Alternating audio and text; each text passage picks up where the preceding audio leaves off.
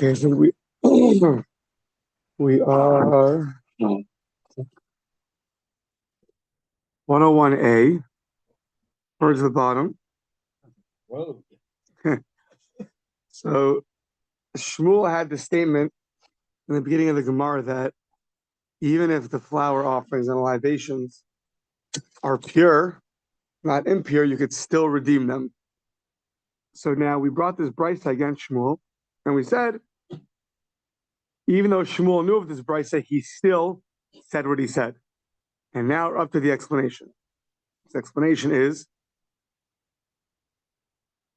Shmuel heard of this brisa, and he didn't retract. Lav Amras Hasan came to lo shchichi lo mifriki.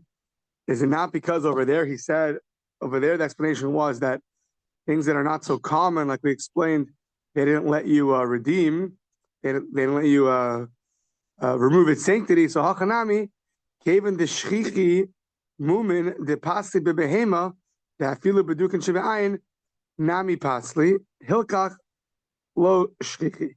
So just like we have cases where things that are not so common, they rabbinically didn't allow you to redeem them.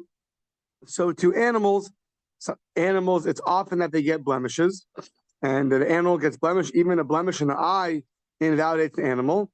Therefore, it's also not so common to have a good animal. Therefore, rabbinically, they said you couldn't redeem it. But it doesn't have to do with Shmuel's statement holds strong that flower offerings and libations, when they're pure, they'll get redeemed. Why sometimes can you not redeem it? Because sometimes they rabbinically didn't were worried that it's gonna be hard to get new material or new animals. So now Rav Kahana argues and says to Mein Niftin, Taranei Niftin. Rav Kahana says that only when things are impure they can become redeemed. When they're pure, they cannot be redeemed. Against Shmuel.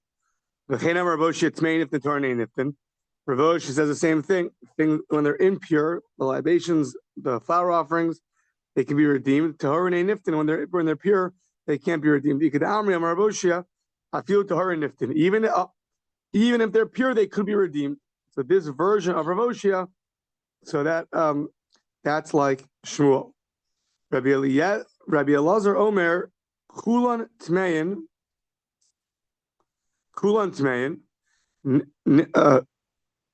Rabbi Eliezer Omer, Kulan Tmein Niftin, Taranei Niftin.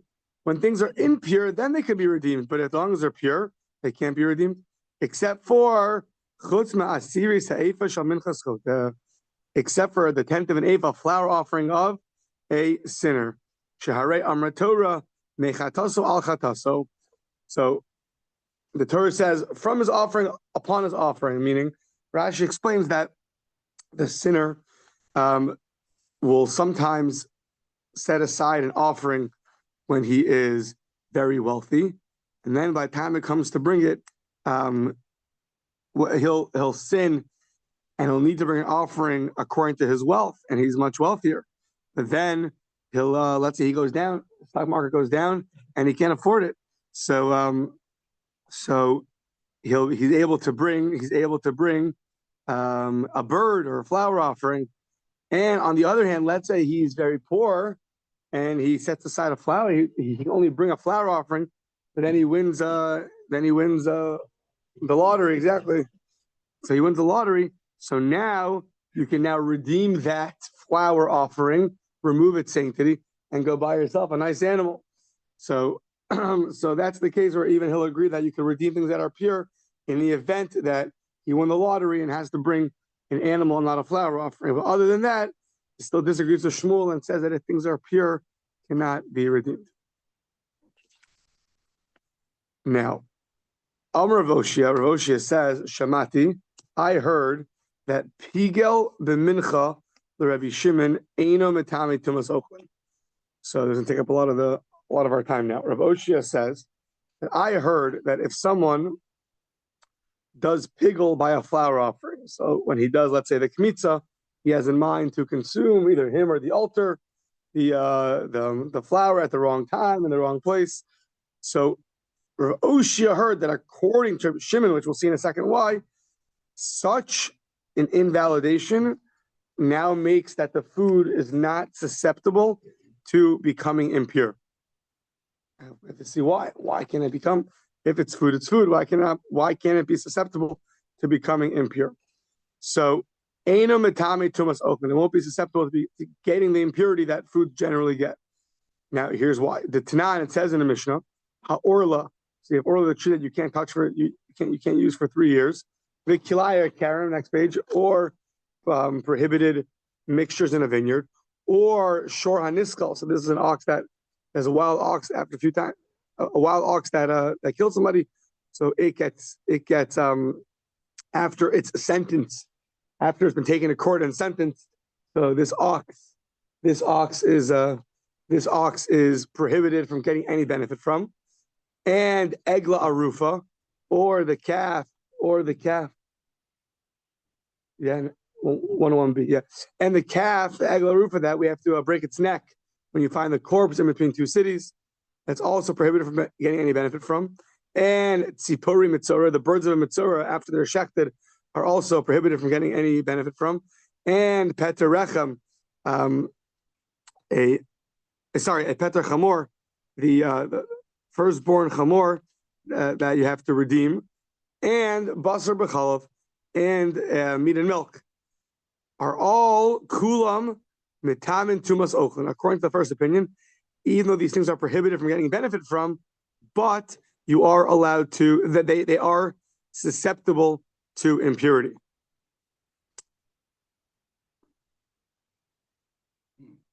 Now, Rabbi Shimon Omer, Kulan ein mitamin tumas ochlin. Rabbi Shimon says all these things that are prohibited from getting any benefit from, what goes together with that is it is not susceptible to receiving impurity. For some reason, they go together. Now, Umod Rabbi Shimon, but he'll agree the basar b'chalav shemitami tumas ochlin. He'll agree that by meat and milk, it will be susceptible to impurity. Hoil the haisalo shasa kosher. Since there was one point that it was permitted. Now, what's the point that it's permitted? So it's a little bit interesting. It's not when you cooked it. Once you cook it, it is it's not permitted. But the Gemara says in another place that that basar b'chalav is a novelty. So there's different explanations of what's so novel about it. So simply you would have thought is that the meat is permitted and the milk is permitted. You put it together, now it's prohibited. So, but the Gemara says something else. It says that you can soak it all day together, and it won't be prohibited. Even though soaking for 24 hours is one of the ways we transfer taste. You have a pickling, soaking, cooking, roasting. However, if you soak it together, it won't become prohibited. Once you cook it together, it becomes prohibited. So at that point, before you cooked it, even if it's soaking together, that's still considered a time. That's considered a time of permissibility. So Rabbi Shimon says, since it had a time of permissibility, therefore it will be susceptible to impurity even after you cooked it. Now, the Amar of Asi, Amar of Yochanan, my time of Rabbi Shimon. Why does Rabbi Shimon say these things that are prohibited from benefit are not susceptible to impurity? Why are those two things connected? So he says, it says, Mikol ochel asher yochal, from all the food you're going to eat, meaning ochel she'ata yachol ha'achila acher, food that you can give to others, which means you can get benefit from it. So as long as you can give the food to others, it's considered food. Kari ochel. Ochel she'ata yachol ha'achila acher, food that you can't give to others, then you're not able to, then it's not, eino kari ochel. It's not considered food. So that's Rabbi Shimon's novelty, that things that can't be fed to others, another way of saying you can't really get benefit from it, you can't benefit others with it, is not considered food in terms regarding it being permitted, it being susceptible to impurity. It's still considered food regarding eating it on Yom Kippur or whatever it is, or the prohibition of eating it still applies to meat and milk. But specifically, the verse says by impurity that it's only something which you can feed to others. So now, here's the question. We said that according to Rav Oshia, if you do pigel by a flour offering, that's something which is not susceptible to impurity. Reason seems to be because you cannot benefit from it. So it says the Gemara, "Pigel b'mincha nami ochel she'iyata yachol achil lacheimu." Pigel by a mincha, you can't feed it to anybody else now. It's invalid. It's invalid. No one can eat it. So therefore, it will not be susceptible to impurity.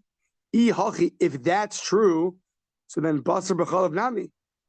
Basar b'chalav, meat and milk should be the same thing. You should say that basar b'chalav is food that you could give to others. Now, we hold that it says in the Torah 3 times you can't cook a goat in its mother's milk. And the Gemara learns out one for cooking, one for eating, one for benefiting. That's the classic approach, that the benefiting is prohibited. So you can't sell it. Basar b'chalav, you can't. So this opinion and this brisa is going to argue, and it's going to say that meat and milk is something which you could get benefit from. So putting that with Rabbi Shimon, it should be permitted. The Tanya, it should be allowed to get up. You should be able to get. It should be susceptible to impurity. The Tanya, Rabbi Shimon ben Yehuda Omer, Mishum Rabbi Shimon. So this is why we're bringing it. It's Rabbi Shimon ben Yehuda in the name of Rabbi Shimon himself. Rabbi Shimon himself says, "Basar b'chalav asar b'achila b'mutar b'ana." Rabbi Shimon himself says, not like the classic approach, but Rabbi Shimon himself says that meat and milk, you cannot eat it, but you could benefit from it. So once you could benefit from it, it should be susceptible to impurity. One second.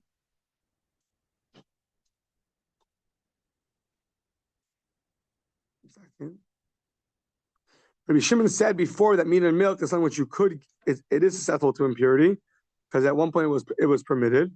Okay. And then Rabbi Shimon told us, if you can't feed it to others, then it will not be susceptible. Okay. And then we said that a pigel by mincha, you can't feed to others, so it's not susceptible. Good. And now we're saying that basar b'chalav, you should say that meat and milk is something that you're able to, you are able to feed to others, meaning it sounds like Rabbi Shimon gave an explanation that means at one point it was permitted, therefore it is susceptible to impurity. The question is, you don't need that. Right now it's permitted to give to serve to others, to not to a Jew, but let's say to a non-Jew. You could sell it. So why do you have to say a reason of at one point it was permitted when you were soaking it before you cooked it? Even if that wasn't true, you can use this reason that you can feed it to others. As you yourself say, that is permitted for benefit. The Jewish people are a holy nation unto God, Hashem their God. You can't cook and it says you can't cook a goat in its mother's milk. And then it says, you should be a priestly nation, a holy nation to me. And you shouldn't eat meat that was a treifa in the field, that it just died in the field, it wasn't shechted properly. So just like a treifa, you can't eat it, but you could sell it. You could sell if it gets one of these wounds and it dies, you could sell it, get money off of it. So to here, the food that's cooked is prohibited from eating, but permitted from getting benefit from it. So says the Gemara, you're right. Chada v'od kamar. So chada, first of all, the ochel shata yachol achil lacheimu. First of all, you're right. It's food that you could feed to others. According to Rabbi Shimon, you could feed it to others, and that itself is really enough of a permissibility. That's why it would be susceptible to receiving impurity in Rabbi Shimon's world. The od, and furthermore, lididei nami haisala shas kosher, and furthermore, even for the Jew himself, there was a time that it was permitted. There was a time that it was permitted, and that would make it another reason why it'd be okay to that it would be susceptible to receiving impurity.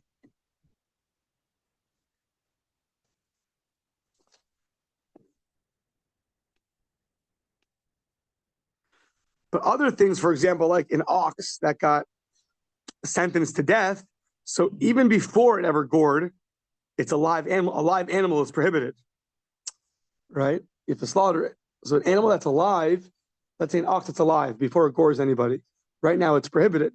So even though when it gored now, you can't get any benefit from it, but it never had a permissibility because when it was alive, it was also prohibited. Meat and milk had a moment of time when they were permitted, and now they're prohibited. So two reasons according to Rabbi Shimon why the food why meat and milk is something which is susceptible to impurity. First of all, he learns from an exposition, you could feed it to others, not Jews, non-Jews, meaning you can get benefit from it. And number two is, it, as opposed to other things, it had a time where it was permitted. Let's say the birds of the Mitzorah, those were never permitted. So now they have a special prohibition of benefiting from them. Those were never permitted when they were alive chirping. So, yeah. Okay, now, Meisvei, now we're going to ask the question. Meisvei, Rabbi Shimon Omer, Yesh Nosar Shu Mitami Tumas Ochlin, Yesh Nosar Shu Ain't Mitami Tumas Ochlin. So nosar is food that was inappropriately left overnight, or it was left past its time that you had to eat it. So different sacrifices at different amounts of time, depending on their status. Once it's left for after a period of time, and that time is up, so now you have to burn it. Nosar has to be burnt, and it's prohibited. So says Reb Shimon, some nosar is susceptible to impurity, and some nosar is not susceptible to becoming impure. Ketzad, what's an example where it is and it isn't susceptible? What's the case? So lon lifnei zrika, before blood was ever put on the altar, you left the meat overnight. Well, before you apply the blood, it's not permitted at all. Once the blood's applied, now, depending on the sacrifice, the Kohanim or Yisraelim, they could eat the meat. But before that happened, it's not permitted at all. So therefore, if you would apply the blood before, if the meat stayed past its permitted time, before you applied the blood, so that was never had a point of permissibility, and therefore, eino metami tumas ochlin, it was never, it's not going to be susceptible to impurity. But if you kept the meat overnight, but it was after you applied the blood, well, there was a point of permissibility where you were able to benefit from it. Once that's true, so then what follows suit in the world of Reb Shimon is it's mitame tumas ochlin. It's now susceptible to impurity because it had a moment in time where it was considered food to get benefit from after the blood was applied. Now we're asking, what about pigel? We said before that pigel by a mincha, by a flour offering, is not susceptible to impurity. Why not? Upigel, whether it's ben kachim kadashim, ben kachim kalim, regardless of the sanctity, of the level of sanctity of the sacrifice, a high level or lower level, eino metame tumas ochlin. Pigel is not going to be susceptible to impurity because it's totally, the offering is totally invalid. So, but pigel b'mincha is metame tumas ochlin. But this brisa says that if you do pigel is done to a flour offering, it will be susceptible to impurity. That's a head-on collision according to Rav Oshia. Rav Oshia said explicitly that according to Reb Shimon, if you do pigel on a flour offering, it is not susceptible to impurity. And the reason seems to be, what we're explaining is, because it didn't have a point in time that it's able to get benefit, that you can get benefit from it. And therefore, according to Reb Shimon, it's something which will not be susceptible to impurity. So what are you going to do? So it says, lo kasha. That's not a problem. Why? Kan shahaisala shasaka. You have to say that where Rav Oshia permitted it was where there was a point of permissibility. When Rav Oshia prohibited it is when there was a point where it was not permitted. It never had a point of permissibility. Kan shalohaisala shas hakosher. Says the Gemara, Heichi dami de lo haisala shas hakosher. What's the case of a flour offering that never had a point of permissibility? Says the Gemara, the akdeshinu b'mechubar. When you sanctified the wheat when it was still in the stalk, attached to the ground, at that point it was never permitted. You're not eating it off the ground to remove it and harvest it and make it into flour. But you've already designated it from the time it was attached to the ground, and afterwards it was already holy, and then you made it into flour, and then you did pigel. So it never had a moment of permissibility because the second it was growing, you already set it aside to be used for a flour offering, and then it got piggled, so never had a moment of permissibility. So says the Gemara, okay, but before you put it into a service vessel, into a kli shares, to give it a high level of sanctity, why don't you redeem it? And if you redeem it, then it has a point of permissibility. You can always redeem it before it goes into the kli shares. So, and therefore that should be enough to consider it food, because that gives you a point of permissibility, and therefore you're good to go. So says the Gemara, Hanicha lahach lishnad amar Rav Oshia tmein niftin tehorin ein niftin tmein niftin tehorin ein niftin. This is very good according to the opinion that held that Rav Oshia held that things that are impure could be redeemed, but things that are pure cannot be redeemed. So that's very good. It's a flour offering that's pure, not like Shmuel said, and it cannot be redeemed. So you don't have a point of permissibility because you can't even redeem it. So that's very good. But according to the other opinion, the Amar Avilu Tehora Niftin, that says you could redeem the flour when it's pure, like Shmuel, and like Rav Oshia. Rav Oshia had two opinions. So yeah, there was two versions of Rav Oshia. So according to the version of Rav Oshia that you could redeem, like Shmuel holds, you could redeem the flour even when it's pure. Well, if that's true, so then redeem it. And then you would have a point of permissibility, and then it will be susceptible to impurity. Yeah. So so says the Gemara, okay, but let's say the case where you didn't. You're right. If you would have, it would be susceptible to impurity, but you didn't. You didn't.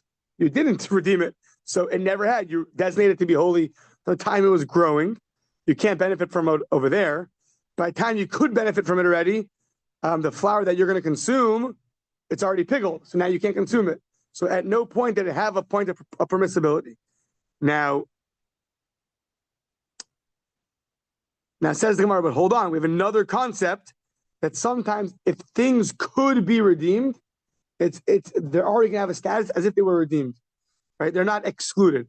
Just because you practically didn't redeem it doesn't mean it's excluded from that category, because some things can't be redeemed. If you can't be redeemed, so then there's no point of permissibility. The fact that you could redeem it already makes it that it's in that category of things that could be redeemed, and maybe that's enough to make it susceptible to impurity. The cave and the ibai parkley, if you could redeem it, we heard a teaching from the Shimon, Shamina Le Li Rebbe Shimon, who says the following: the Amar, Kol ha'omed liftos ki padui dami. Anything which is ready to be redeemed is considered already redeemed. Now, it doesn't mean it's literally already redeemed that you can go use it for whatever you want, but it means in certain halakha, it'll have a halakhic status of things that are already 1 foot out the door. Where does that make a difference? Over here, something which could be redeemed, you just practically didn't do it. We see that in its essence, it's something which could still be considered an item that you could get benefit from it. Do you care about the practical part of it, or do you care about the conceptual part of it? Which is, if it's some things, example.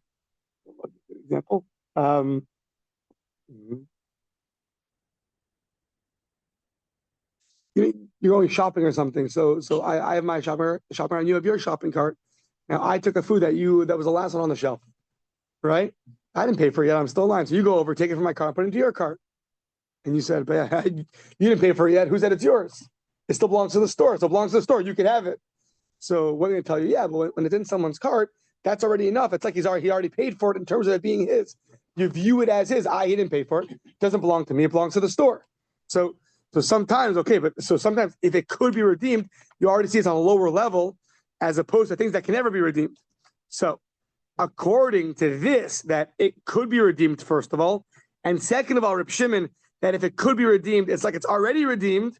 So at that point, we should view it as something which has a point of permissibility, and therefore it should be susceptible to impurity. So why don't we say that?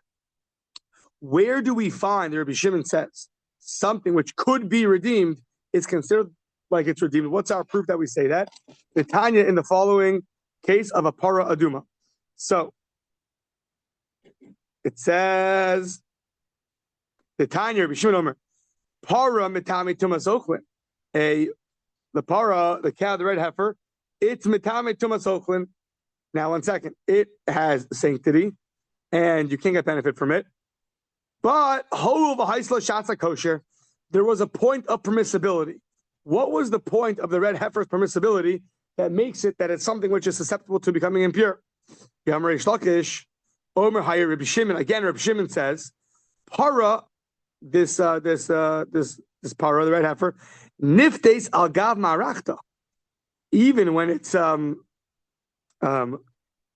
slaughtered properly, and you're going to go offer it up, it's still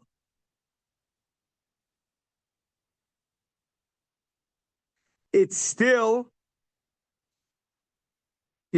the paraduma that now has been shechted, and you're going to go offer it up, but you could still redeem it. Why? Because at one point it had a point of permissibility. What was that point of permissibility? That a paraduma, we always want to find the best one. So even after it's been, even though a paraduma is forbidden from getting benefit from it, however, if that one was chosen, but you found a better one, so then you get the better one. Right? You want to get the paraduma's ashes, the sprinkle for impurity of the dead. So even after, even if you, as long as you find a better one, it's always able to be redeemed. So, and since it's able to be redeemed, therefore it had a point of permissibility. Since you could redeem it. Says the Gemara, hold on, but you can't compare things to a paraduma. Hachi hashta bishla paraduma omedis liftos. A paraduma stands to be redeemed. It's ready. It's on deck to be redeemed. Why? He she'im matzah cheres nahemenu mitzvah liftosa. Special commandment that when you find one better than it, whatever that means, more red, more juicy, a nicer one, and you have to go and redeem it. So that's why you can view the paraduma as if it's going to be redeemed. But just because you could redeem flour and libation and things like that, but it doesn't mean there's a mitzvah to do it. It just means that you could do it. So really, that's not comparable to our case. And therefore, don't tell me that because our case, he had a point of permissibility, that's enough. Okay. Now,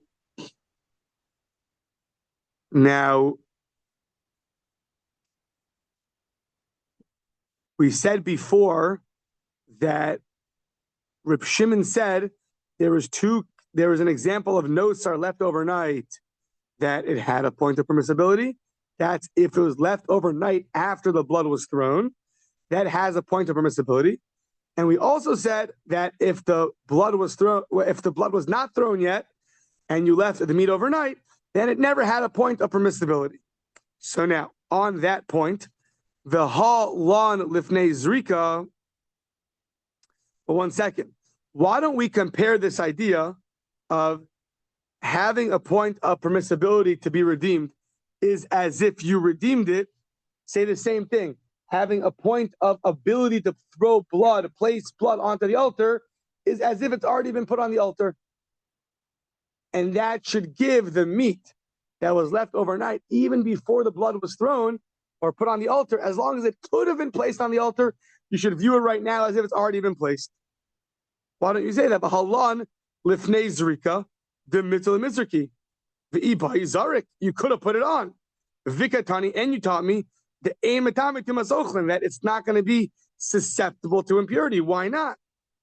It had that moment of time where you could have applied the blood onto the altar.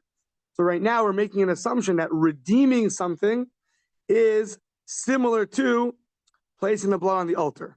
And as long as you had an ability to do it, we don't care if you did or you didn't do it, but that should be enough to already view it like it had a status of permissibility. So says the Gemara, you're right. The case must be hacha b'maya skinan shelo haisa shos bayom lemizrika. It's a case where there was no time to do it.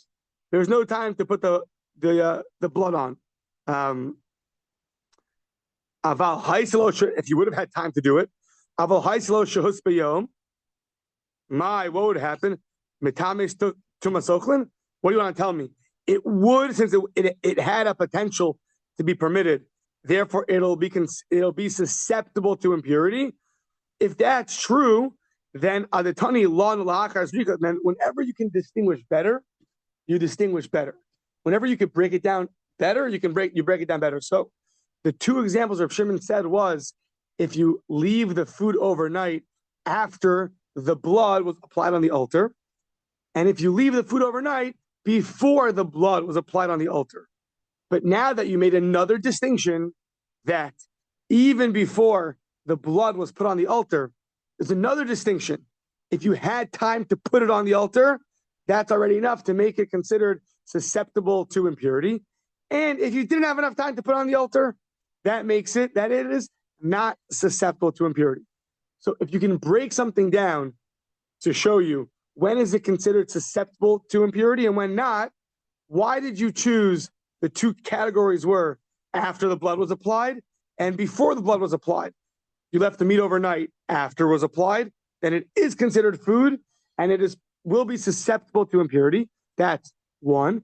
And the other case you told me was before the blood was applied, if the meat was left overnight, it was not considered food and it is not susceptible to impurity.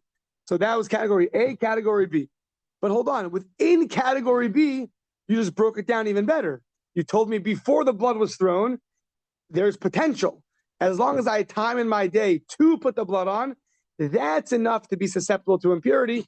And if I didn't have time, so then it will not be susceptible to impurity. So whenever you could break it down closer together in a better distinction, you should have done that because that teaches you a bigger novelty. So why didn't you do that? So adetani la la'achar zrika metame tumas ochlin. Instead of teaching me the time that's permitted is after the blood was applied. So liflug to divide, like the Gemara says, but my kamiflug. What are they arguing about? The word liflug is like from the word machlokas in Hebrew, that it's a division, an argument. You could divide up even better.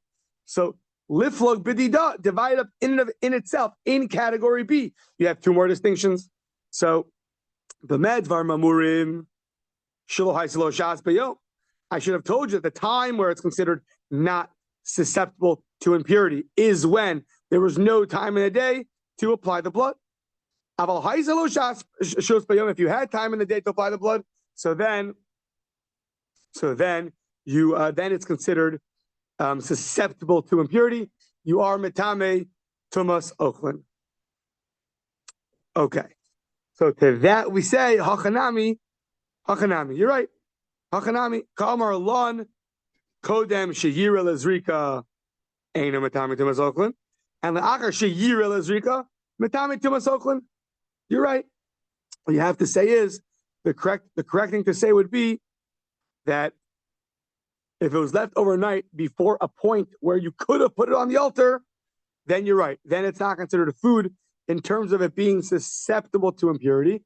But if it had a moment in time where it was literally seen where you could have done it, even though you didn't do it, but you could have done it, that would be enough to be considered to make it food and therefore make it susceptible to impurity. Okay. Now we're saying, one second, what's with pigel? Pigel, was there a moment in time? Let's take an animal, for example. We know that you could do pigel at any one of the four stages of the animal. So if you shechted the animal and had no wrong intention, your wrong intention came at a later point when you're putting the blood on the altar. That's when you had your pigel intent. So one second. So at the time of shechita, though, everything was good. Everything was able to be done properly. The blood could have been thrown with a proper intent, but you did it with an improper intent. But if you had pigel from the time of slaughtering, then it's not going to help you doing. Then from that point on already, it's going to be a problem. So once you told me this distinction that applying the ability, potential to apply blood on the altar is enough to be considered applied already, and therefore will make considered food, and therefore it'll be susceptible to impurity. If that's true, so why did you tell me v'hapigol bein kachim kadashim bein kachim kalim, no matter what level of sanctity, high level or low level, mitzvah, it's a mitzvah limitzerka. There's still an ability to put the blood on the altar, v'ibai zarik, and if you could put it on. And you told me, next page, why did you tell me that it's not going to be able to be susceptible to impurity? That's where we got started. So, yeah, why did you tell me that? It's not true. There's a point where I could have not done pigel. So at that moment where I didn't have to have that improper intent, at that moment there's a potential that it could have been done properly. Once there's potential, it's like you already did it, and therefore it's considered food, and therefore it is susceptible to impurity. So says the Gemara, hold on, when did you have the pigel? Ma'ilav, the pigel bezrika? Is it not where you did pigel when you put the blood on the altar, and therefore at the 3 stages beforehand, there was a point in time where the blood could have been applied properly. And if it could have been applied properly, so then it right now should have a status of food and be susceptible to impurity. And that's a question of what we're saying. Says the Gemara, lo, te pigel b'shchita. What you have to say is, you had the wrong intent while you were slaughtering. While you were slaughtering, you had a wrong intent. And therefore, there was no point in time where it was going to be good, because you already had the wrong intent. Aval, pigel b'zrika max. What do you want to tell me now? Now that you made this distinction, so now really it comes out that it's not true that pigel is always going to be not good. It depends when. If I did it by shrita, it's no good. By zrika, by applying the blood, it's still good, because it had a moment of time where you could have done the application properly. So now, same as before. So, aval pigel b'zrika, what's with pigel by applying? You're telling me that that's really permitted, and it will be susceptible to impurity? I mean, there's a point in time where it was permitted, and therefore it would be susceptible to impurity? Well, if that's true, if that's your conclusion, then make a better distinction. You told me all pigel is not going to be susceptible to impurity. That's not true. Adetani pigel b'mincha. You told me that when you do pigel by a flour offering, it will be susceptible to impurity. So you should have made a distinction. Liflok b'dida, b'medvar mamurim, to pigel b'shrita. That's by a shrita. It's only when you did pigel by shrita. Aval pigel b'zrika, but if you did pigel by zrika, mitami tumas ochlin. But if you did pigel by zrika, by applying the blood, that would be susceptible to impurity. Why didn't you give me that distinction? Says the Gemara, no, I had a specific reason why I had to teach you that pigel by a flour offering is still going to be considered susceptible to impurity. Why? Pigel b'mincha, it's tzricha. I needed a special reason to teach you that case. Why? The afa gab, the pigel b'kmitza. Even though you had a wrong intent while doing the kmitza, removing the flour, and we know that kmitza, when you compare it to the animal, it's compared to the shrita of the animal. In the 4 stages, it's compared to shrita, and so afilu hachi, and even though if you had pigel by shrita, then it would not be susceptible to impurity. Afilu hachi mitami tumas ochlin, but a pigel by a mincha would still be susceptible to impurity. Why? Since at one point, there was a point of permissibility. So whether, let's say, before you say, before it went into the service vessel, or before you designated it, it was just regular flour. At that point, you could find a case before it was designated that it was going to be permissible for you. So it had at one point, before it was holy, it had a point of permissibility, and therefore it's not like an animal. An animal, you can't eat a live animal, so that's never going to have a point of permissibility.